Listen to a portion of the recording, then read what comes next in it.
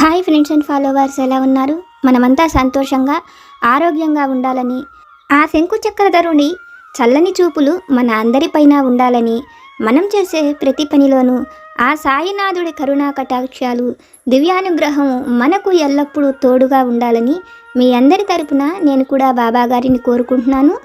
Friends, మన channel ఎవరైనా first time చూస్తుంటే సబ్స్క్రైబ్ చేసుకొని ఒక లైక్ ఇవ్వండి. దానివలన మన సాయినాథుని వీడియోస్ సమస్యల్లో ఉన్న మరికొంతమంది సాయి బంధువులకు చేరతాయి.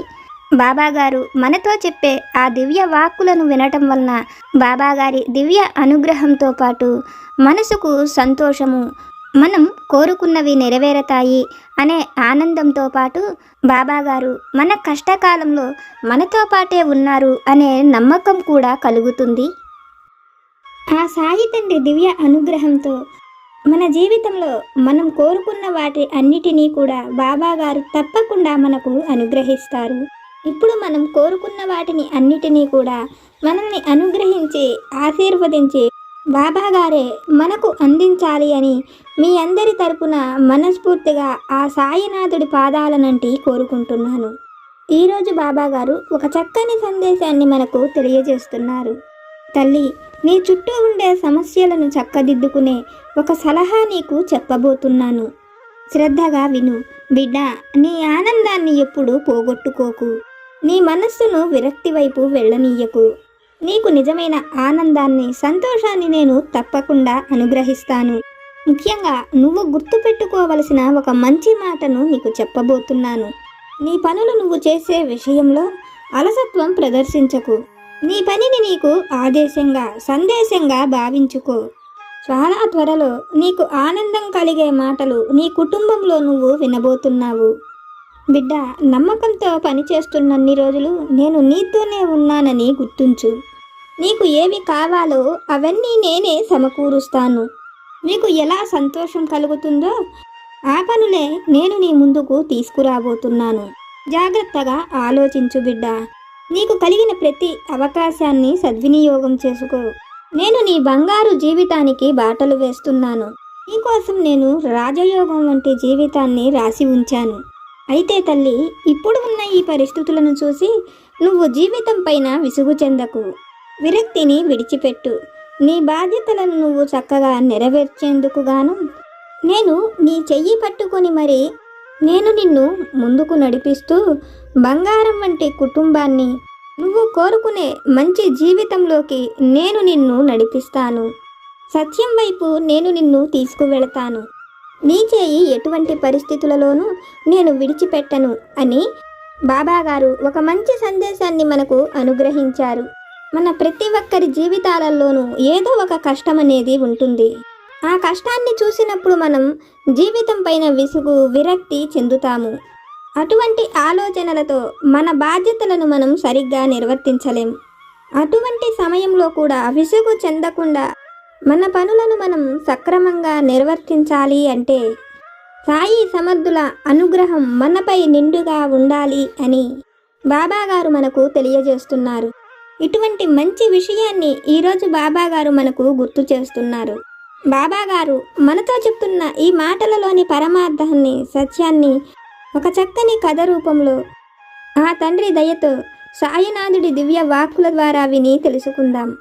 పూర్వం వజ్రపురి నగరాన్ని శశిధరుడు అనే మహారాజు పరిపాలిస్తుండేవాడు.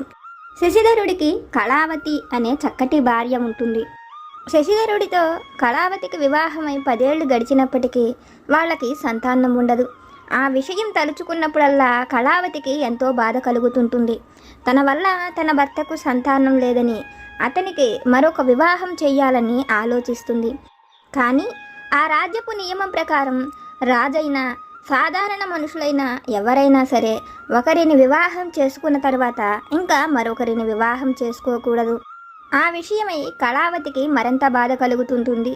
తన వల్ల మహారాజుకు సంతానం లేదని, తను ఒక వారసుడినైనా కనివ్వలేకపోతున్నానని బాధపడుతుంటుంది. ఆ బాధతో కళావతి ఒకరోజు ఉద్యానవనంలో తిరుగుతూ ఉద్యానవనం మధ్యలోకి వెళ్ళేటప్పటికీ అక్కడ ఒక ఎండిపోయిన చెట్టు కింద ఒక పెద్దవ్వ కూర్చొని కనపడుతుంది. కళావతిని చూసిన ఆ పెద్దవ్వ కళావతికి కలిగిన కష్టమేమిటని అడుగుతుంది. ఆమె తనకు కలిగిన కష్టాన్ని ఆ పెద్దవ్వతో చెప్తుంది. నీకు కలిగినది అంత పెద్ద సమస్య కాదని, తను చెప్పినట్లు చేస్తే ఆమెకు సంతానం కలుగుతారని చెప్తుంది. ఆ మాటలు వింటూనే కళావతికి ఎంతో సంతోషం కలిగి ఆమె ఏమి చెప్పినా చేస్తానని, తనకు బిడ్డలు కలిగి ఆ రాజ్యానికి ఒక వారసుడు ఉంటే చాలని కోరుకుంటుంది. అందుకు ఆ పెద్దవ్వ మహారాణితో, తల్లి, రేపు ఉదయం సూర్యోదయం సమయంలో నువ్వు పూజ చేసుకుని నీ ఇంట్లోని ఒక బంగారు పాత్రను తీసుకువచ్చి ఉద్యానవనం చివరలో ఈశాన్యం వైపు ఒక చిన్న గింజకు మొలక వస్తుంటుంది. భక్తి శ్రద్ధలతో సూర్యుడిని పూజించి బిడ్డనివ్వమని కోరి ఆ బంగారు పాత్రను సూర్యుడికి చూపిస్తూ ఆ పాత్రను ఆ మొలక మీద బోర్లించి వెళ్ళిపోమని, మరుసటి రోజు వచ్చి ఆ పాత్రను తీసి ఉంచేటప్పటికి తన ముందే ఆ చెట్టు ఎదిగి ఒక 2 పువ్వులను కాస్తుందని, వాటిల్లో తెల్ల పువ్వును తింటే మగపిల్లవాడు పుడతాడని, ఎర్రటి పువ్వు తింటే ఆడపిల్ల పుడుతుందని, అయితే ఏదైనా ఒక్క పువ్వు మాత్రమే తినాలని, 2వ పువ్వును తినవద్దని, కాబట్టి నీకు ఆడపిల్ల కావాలో మగపిల్లవాడు కావాలో ఆలోచించుకొని వాటిల్లోని ఒక పువ్వును తినమని కళావతితో చెప్పి అవ్వ అక్కడి నుంచి వెళ్ళిపోతుంది. అవ్వ చెప్పిన మాటలు విన్న కళావతి ఎంతో సంతోషంగా మరుసటి రోజు పొద్దున్నే అవ్వ చెప్పినట్లే ఒక బంగారు పాత్రను తీసుకువెళ్ళి సూర్యుడిని పూజించి ఆ తోట చివరన ఈశాన్యం వైపు మొలక వస్తున్న గింజపైన ఆ బంగారు పాత్రను బోర్లించి అక్కడి నుంచి కళావతి వెళ్ళిపోతుంది. మరుసటి రోజు పొద్దున్నే వచ్చి కళావతి ఆ బంగారు పాత్రను తీస్తుంది. ఆ పాత్రను తీసిన మరుక్షణమే ఆ మొలక మొక్కగా మారి దానికి ఎరుపు రంగు పువ్వు ఒకటి, తెలుపు రంగు పువ్వు ఒకటి కాస్తాయి. తెల్ల పువ్వును తింటే మగపిల్లవాడు కలుగుతాడని అవ్వ చెప్పిన మాటలు గుర్తుపెట్టుకున్న కళావతి రాజ్యానికి వారసుడు అవసరము అనే ఆలోచనతో తెల్ల పువ్వును తింటుంది. అయితే దాని పక్కనే ఉన్న ఎర్ర పువ్వు కూడా ఎంతో అందంగా కనపడుతుంటుంది. ఆ పువ్వును కూడా తింటే తనకు మరొక ఆడపిల్ల కూడా కలుగుతుంది అనే ఆలోచనతో కళావతి ఆ ఎర్ర పువ్వును కూడా తింటుంది. కొన్నాళ్లకు కళావతి గర్భవతి అవుతుంది. తనకు ప్రసవ సమయంలో మొదట ఎరుపు రంగు పాము పిల్ల పుడుతుంది. అయితే అక్కడ ఉన్న మంత్రసాని కానీ సేవకులు కానీ ఎవ్వరూ కూడా మహారాణికి మొదట పాము పిల్ల పుట్టిన విషయం గమనించరు. అయితే పురిటి నొప్పులతో అంతగా బాధపడుతున్న కళావతి మాత్రం మొదట తనకు పాము పిల్ల పుట్టిన విషయాన్ని చూసినా ఎవరితోనూ ఆ విషయాన్ని చెప్పదు. మనిషికి పాము పిల్ల పుట్టిందని అందరూ అసహించుకుంటారని ఆ సంగతిని మహారాజుతో కూడా చెప్పరు. మరి కొంతసేపటికి బంగారు వర్ణతో మెరిసిపోతున్న ఒక మంచి రాకుమారుడు పుడతాడు. తండ్రి అతని అందచందాలకు తగినట్లు అతనికి విజయుడు అని పేరు పెడతాడు. విజయుడి అందచందాలు చూసిన రాజ్యంలో వాళ్ళు కూడా మహారాణికి ఎంతో చూడచక్కటి బిడ్డ పుట్టాడని రాజ్యమంతా కూడా సంతోషిస్తూ ఉంటారు. విజయుడు అన్ని విద్యలలోనూ గొప్ప ప్రావీణ్యుడు అవుతాడు. విజయుడికి తగిన మంచి అమ్మాయిని చూసి వివాహం చేయాలనుకున్న మహారాజు విజయుడితో నీ కోసం స్వయంవరాన్ని ఏర్పాటు చేస్తానని, నీకు నచ్చిన రాకుమారిని ఎంచుకొని వివాహం చేసుకోమని చెప్తాడు. తండ్రి మాటలు విన్న విజయుడు తనకు ఆ విధంగా వివాహం చేసుకోవటం ఇష్టం లేదని, తన మనసుకు నచ్చిన అమ్మాయిని వెతికి వివాహం చేసుకుంటానని, దానికోసం రాజ్యంలో తిరిగి తనకు నచ్చిన అమ్మాయిని వివాహం చేసుకుంటానని చెప్తాడు. దానివలన అతనికి రాజ్య పరిపాలన కూడా తెలుస్తుందని చెప్తాడు. కొడుకు మాటలు విన్న తండ్రి కూడా ఆ మాటలకు సంతోషించి జయుణ్ణి వెళ్ళిరమ్మనమని చెప్తాడు. జయుడు తన గుర్రాన్ని తీసుకుని అతను అడవి మార్గంగా మారు వేషంలో వెళుతుంటాడు. జయుడు నగరాన్ని దాటుతున్న సమయంలో అతనికి ఎదురుగా ఒక పెద్ద సర్పము వచ్చి జయుడితో, నాకంటే నువ్వు ముందెలా వివాహం చేసుకుంటావు?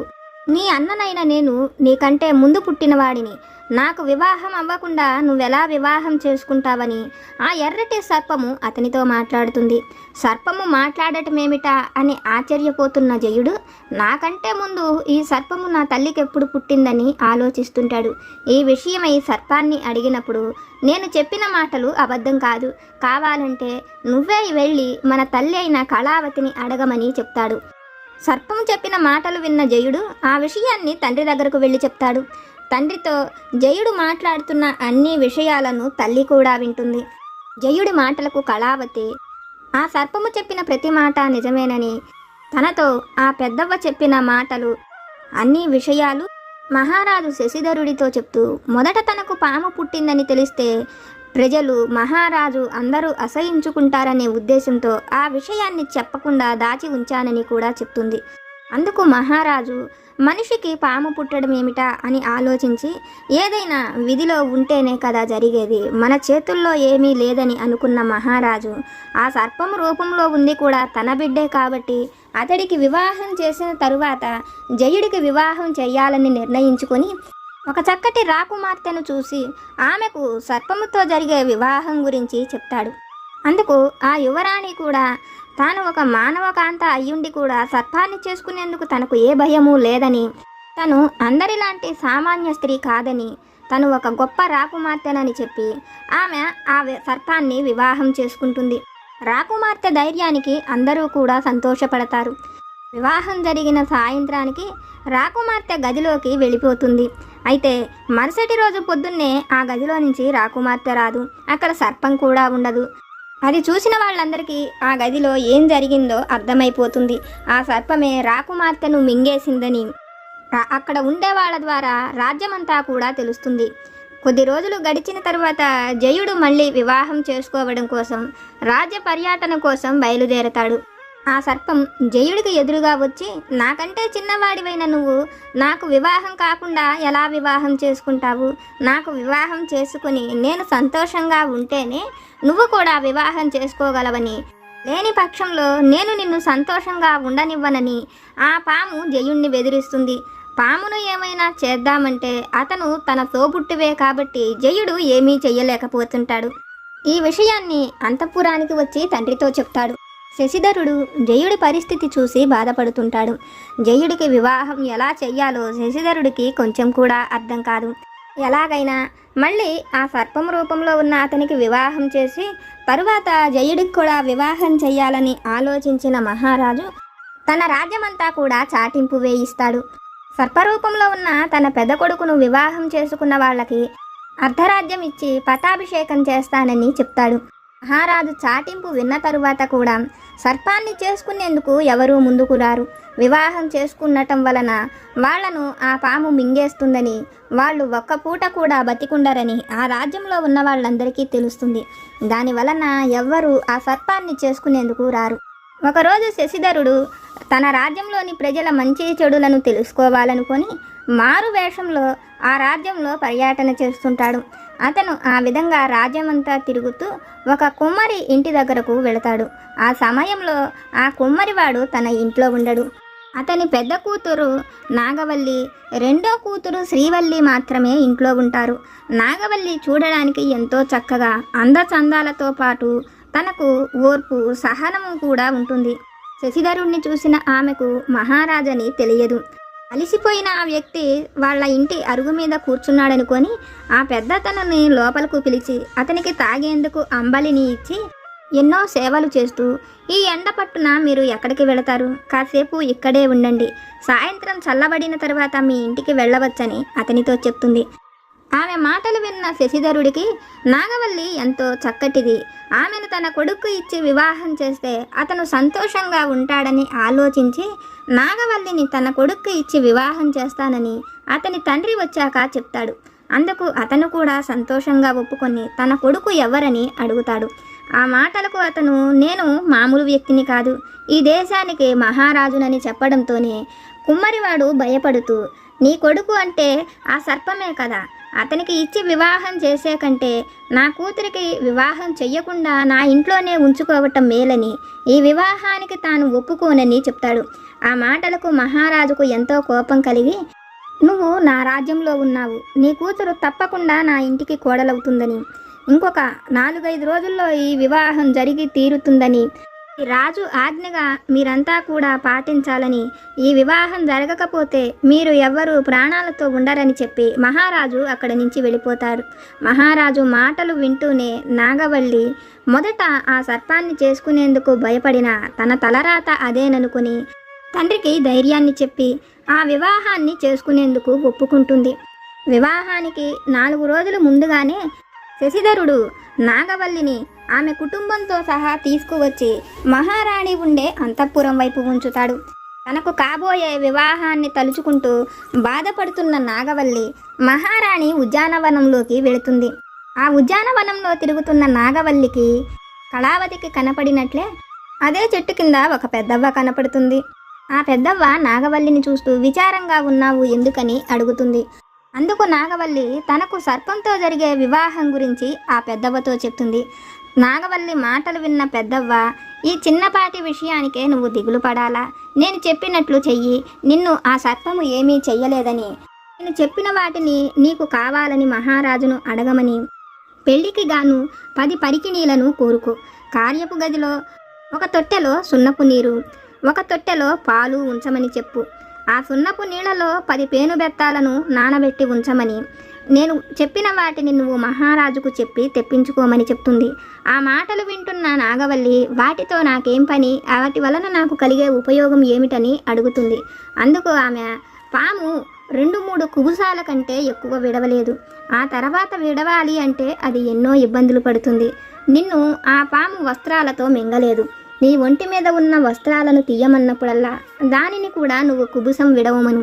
అలా అది 7-8 కుబుసాలు విడిచేటప్పటికి నీరసపడిపోతుంది. అయితే అది ఆ కుబుసాలు విడిచేందుకు అంత తేలిగ్గా ఒప్పుకోదు. నిన్ను భయపెట్టాలని చూస్తుంది. నువ్వు మాత్రం ఏ మాత్రము భయపడకు. భయపడితే అది నిన్ను ప్రాణాలతో బతకనివ్వదని, అలా కుబుసాలన్నీ విడిచి తరువాత విడవలేని పరిస్థితుల్లో ఉన్నప్పుడు ఆ సున్నపు నీళ్లలో నానబెట్టిన కర్రలతో ఆ పామును చచ్చేంత వరకు బాధమని, ఆ తరువాత ఆ నెత్తురు ముద్ద మొత్తాన్ని తీసి పాలల్లో పడేసి కడగమని, ఆ తరువాత జరిగేదేమిటో చూడమని చెప్తుంది. అవ్వ చెప్పిన ప్రతి మాటలు గుర్తుపెట్టుకొని తనకు కావాల్సిన వాటిని ఇస్తే ఆ వివాహం చేసుకుంటానని చెప్తుంది. వివాహం చేసుకునేందుకు తనకు ఏవి కావాలన్నా ఇస్తానని చెప్పిన మహారాజు ఆమె కోరిన వాటిని అన్నిటినీ కూడా ఇస్తాడు. ఆ వివాహం అయిన తరువాత పాము తన దగ్గరకు వచ్చి ఆమెను ఆ వస్త్రాలను తీయమని చెప్తుంది. అయితే అవ్వ చెప్పిన మాటలు గుర్తుపెట్టుకున్న నాగవల్లి పాముకు ఏమాత్రము భయపడకుండా తను ఒక జత వస్త్రాలను తీసినప్పుడు ఆ పామును కూడా తన ఒంటి మీద ఉండే వస్త్రాలు అంటే కుబుసాన్ని విడవమని చెప్తుంది. నాగవల్లి చెప్పినట్లుగానే మొదట ఆ విషయానికి పాము ఒప్పుకుంటుంది. నాగవల్లి తీసిన వెంటనే ఇది కూడా 3 కుబుసాలు వెంటనే విడవగలుగుతుంది. ఆ తర్వాత మిగిలిన కుబుసాలను విడవడం కోసం ఆ పాము ఎంతో కష్టపడుతుంటుంది. తను గోడలకి చెట్లకి రాసుకుంటూ వెళ్ళిపోతుంటుంది. ఆ సమయంలో ఆ చెట్లు గోడలు తన ఒంటికి రాసుకుంటూ ఒళ్ళంతా కూడా నెత్తురు ముద్దగా మారిపోతుంటుంది. అయితే అవ్వ చెప్పిన విషయం గుర్తుపెట్టుకున్న నాగవల్లి ఆ పాము మీద కొంచెం కూడా దయ చూపించకుండా ఆ 8 కుబుసాలు విడిచిన తర్వాత సున్నపు నీళ్లలో నానబెట్టిన పేనుబెత్తాలను తీసుకొని పడిపోయి ఉన్న పామును కొంచెం కూడా జాలి చూపించకుండా కర్రలన్నీ ఇరిగిపోయేంత వరకు కొడుతుంది. అవ్వ చెప్పినట్లుగానే ఆ నెత్తురు ముద్దగా ఉన్న పామును తీసి పాలల్లో వేసి కడుగుతుంది. అందులో నుంచి బంగారు కలరు రాకుమారుడు పైకి వస్తాడు. అది చూసిన నాగవల్లికి ఆశ్చర్యం కలుగుతుంది. రాకుమారుడు మాత్రం నాగవల్లి వైపు చూసి చిరునవ్వు నవ్వుతూ అతను అప్పటి వరకు ఎంతో అలసిపోయిన వాడిలాగా వెళ్ళి ప్రశాంతంగా నిద్రపోతాడు. నాగవల్లి కూడా నిద్రపోతుంటుంది. అయితే ఈ విషయాలు ఏవీ తెలియని శశిధరుడు నాగవల్లి చనిపోయి ఉండవచ్చని ఆమె గదిలో పెట్టించిన ఆ వస్తువులన్నిటినీ తీయించేందుకు అక్కడికి వచ్చి తలుపు తీస్తాడు. అక్కడే పడుకొని నిద్రిస్తున్న నాగవల్లి రాకుమారుణ్ణి చూసి ఆశ్చర్యపోతాడు. ఎందుకంటే అతను అచ్చం జయుడులాగానే ఉంటాడు. మొదట అతన్ని చూసి జయుడనుకున్నా అక్కడికి జయుడు కూడా వచ్చి ఉండటంతో అతను జయుడు కాదని మొదట పాము రూపంలో ఉన్న తన పెద్ద కొడుకుని తెలుసుకుని జరిగిన అన్ని విషయాలను నాగవల్లి ద్వారా తెలుసుకున్న మహారాజుకు మహారాణి 2 పుష్పాలను ఒకేసారి తినటం వలన అతనికి ఆ పాము రూపం వచ్చిందని, అయితే అతనికి కలిగిన ఆ శాపం నాగవల్లి వలనే పోయిందని మహారాజు సంతోషిస్తుంటాడు. మహారాజు 2వ కొడుకైన జయుడు నాగవల్లి చెల్లెలు శ్రీవల్లిని వివాహం చేసుకుంటానని తండ్రితో చెప్తాడు. ఆ మాటలు వింటున్న శశిధరుడు జయుడితో, నువ్వు కోరుకుంటే గొప్ప గొప్ప రాకుమార్తెలే నీకు భార్యగా వచ్చేందుకు సిద్ధంగా ఉన్నారు. అటువంటిది నువ్వు ఒక సాధారణ స్త్రీని వివాహం చేసుకోవటం ఏమిటని అడిగినప్పుడు ఆ తండ్రితో, ఒక సాధారణ స్త్రీ అయిన నాగవల్లి నా అన్నకు శాప విమోచనాన్ని కలిగించింది. సాధారణ స్త్రీ అయిన ధైర్యశాలి ఆలోచన కలిగిన వాళ్ళను వివాహం చేసుకుంటే మన జీవితాలు సంతోషంగా ఉంటాయని నాగవల్లి ఆ విషయాన్ని నిరూపించిందని, నాగవల్లి చెల్లెలు కూడా ఎంతో తెలివైనది కాబట్టే ఆమెను నేను వివాహం చేసుకోవాలనుకుంటున్నానని ఆ విషయాన్ని తండ్రితో చెప్తాడు. జయుడి మాటలు విన్న తండ్రి కూడా ఈ విషయానికి అవునని చెప్పి జయుడికి శ్రీవల్లిని ఇచ్చి వివాహం చేస్తాడు. అయితే ఇదంతా చూస్తున్న నాగవల్లి తండ్రికి ఏ దేవతో తన బిడ్డల జీవితానికి బంగారు బాట వేసేందుకు ఆ పెద్దవ్వ రూపంలో వచ్చిందని, తన బిడ్డల నుదుటన రాజయోగాన్ని రాసి ఉంచాడని సంతోషిస్తాడు. తల్లి, ఇది విన్న నీకు నేనేమి చెప్పాలనుకుంటున్నానో అర్థమైంది కదా. నువ్వు కోరుకునే సంతోషకరమైన జీవితాన్ని తప్పక పొందుతావు. నువ్వు కోరుకుంటున్న ఉద్యోగమైనా, నీ భర్తతో సంతోషకరమైన జీవితమైన, బిడ్డలైనా, తల్లి నువ్వు కోరుకునేది ఏదైనా పొందేలా నీ జీవితానికి బంగారు బాటను వేసే ఉంచాను. నీకు కలిగిన కష్టాలను, సమస్యలను తలుచుకుంటూ బాధపడకు. నమ్మకంతో, ఓర్పు, సహనాన్ని కలిగి ఉండు. సంతోషకరమైన జీవితాన్ని పొందుతావు అని మన సాయి సమర్థులు ఒక చక్కని సందేశాన్ని మనకు తెలియజేస్తున్నారు. ఫ్రెండ్స్, బాబాగారు మనల్ని అనుగ్రహించి చెప్పిన ఈ దివ్య వాక్కులను విన్నారు కదా. ఎప్పుడూ కూడా మనకు ఉండే సమస్యల్ని తలుచుకుంటూ బాధపడుతూ మనం ఉండకూడదని, మనం కోరుకున్న సంతోషకరమైన జీవితాన్ని తప్పక పొందుతామని ఈరోజైతే బాబాగారు మనతో చెప్తున్నారు. బాబాగారు మనకు చెప్పిన ఈ విషయాలు కనుక మీకు నచ్చితే లైక్ చేయండి, షేర్ చేయండి. మీకేమైనా సమస్యలు కనుక ఉంటే వాటిని నాకు కామెంట్ సెక్షన్లో పెట్టండి. నేను పూజ చేసుకునేటప్పుడు మనందరి సమస్యలు తీరాలని, మనందరి కోరికలు నెరవేరాలని మీ అందరి తరపున నేను కూడా బాబాగారిని కోరుకుంటాను. నాకు తెలిసిన పరిష్కారాలను కూడా చెప్తాను. జై సమర్థ సద్గురు సాయినాథ్ మహారాజ్ కీ జై.